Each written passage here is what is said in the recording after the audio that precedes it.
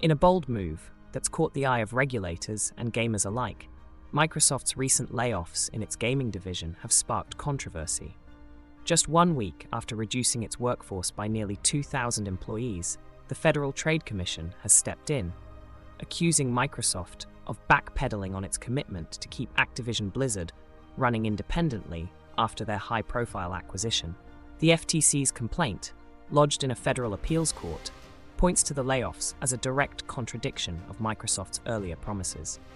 This legal challenge is not just about job cuts, it's a spotlight on the potential antitrust issues simmering beneath the surface of this mega merger.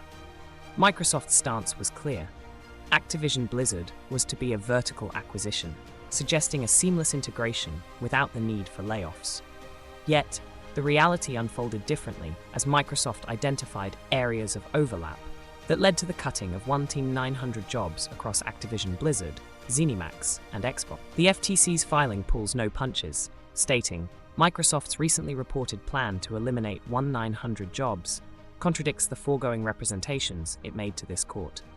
This discrepancy between promise and practice is at the heart of the FTC's grievance. While the UK's Competition and Markets Authority gave the green light to Microsoft's acquisition of Activision Blizzard, the FTC remains unconvinced, still wrestling with antitrust concerns that could reshape the future of this merger.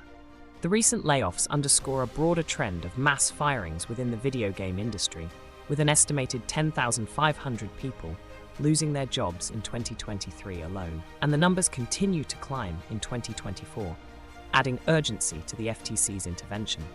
In response to the FTC's allegations, Microsoft defends its actions, arguing that the layoffs were in line with Activision's pre-merger plans and that the FTC has not proven any harm resulting from the acquisition. As this saga unfolds, the question looms: what will the future hold for Microsoft, Activision Blizzard, and the gaming industry at large? The controversy over this merger highlights the delicate balance between corporate ambition and regulatory oversight.